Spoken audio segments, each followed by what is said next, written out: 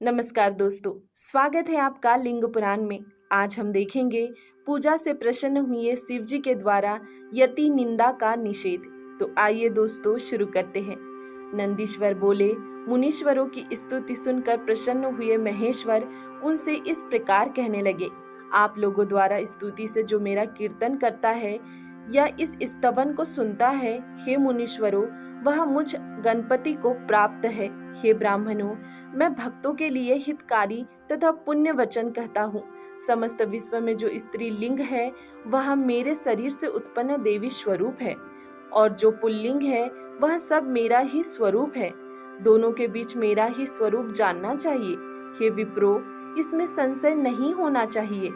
हे मुनियों, दिगंबर भस्म लगाए बालकों के समान उन्मत्त ब्रह्मवादी यति की कभी निंदा नहीं करनी चाहिए। भस्म लगाने से उनके सभी पाप नष्ट हो जाते हैं। जितेंद्री ध्यान परायण ब्रह्मवादी होकर वे महादेव में ही नीरत रहते हैं। वाणी, मन तथा शरीर से वे महादेव की ही अर्चना करते रहते हैं। अंत में वे रुद्र लोक को प्राप्त करते हैं तथा पुनः लौटते नहीं। इसीलिए अव्यक्त और अव्यक्त रूप लिंग में सदा तत्पर व्रती भस्म लगाए हुए सिर मुंडाए हुए इन यति लोगों की जो स्वयं ही विश्व रूप है, उनकी निंदा नहीं करनी चाहिए तथा उनकी किसी बात का उल्लंघन भी नहीं करना चाहिए। उनको देखकर जो हंसता है या अधिक बोलता है वह मूढ़ महादेव की ही निंदा करता है, और जो नित्य इनकी पूजा करता है वह मुझ शंकर जी की ही पूजा करता है। इस प्रकार से महादेव जी संसार के हित की कामना से युग युग में भस्म लगाए हुए क्रीड़ा करते रहते हैं। इस अतुल महाभय को नाश करने वाले शिव के परम पद को जानकर सिर से शिव को नमस्कार करते हैं। वे संसार में मोह चिंता आदि से छूट जाते हैं। अतः यह सुनकर सभी ब्राह्मणों ने प्रसन्न होकर सुगंधित जल से शुद्ध कुसा और धूप और पुष्प से मिश्रित जल से भरे हुए बड़े बड़े घड़ों के द्वारा शिव को अनेकों स्वर सहित मंत्रों से अभिषेक यानी स्नान कराया है।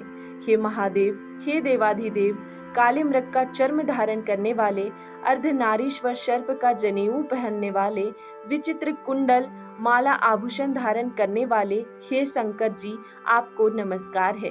इस प्रकार स्वर से स्तुति करने लगे। तब मुनीश्वरों से उत्पन्न हुए महादेव जी बोले, हे मुनियों, मैं तुमसे प्रसन्न हूँ, आप वर मांगिए। तब सभी मुनि लोग महेश्वर को प्रणाम करने लगे। भृगु, अंगिरा, वशिष्ठ, विश्वामित्र, गौतम, अनि, सुकेश, पुलशत्य, पुलह, ऋतु, मरीचि, कश्यप, कण्व, संवर्त आदि सभी मुनि कहने लगे कि हे प्रभु, आप सेव्य हैं तथा असेव्य भी हैं। ऐसा यह स्वरूप क्या है, इसको जानने की हमारी इच्छा है। उनकी इस प्रकार की वाणी को सुनकर परमेश्वर भगवान हंसते हुए उनसे निम्न प्रकार कहने लगे। दोस्तों, जो परमेश्वर भगवान ने कहा उसको हम अगले वीडियो में देखेंगे। आज के लिए इतना ही, बाकी हम मिलते हैं नेक्स्ट वीडियो में। तब तक के लिए धन्यवाद।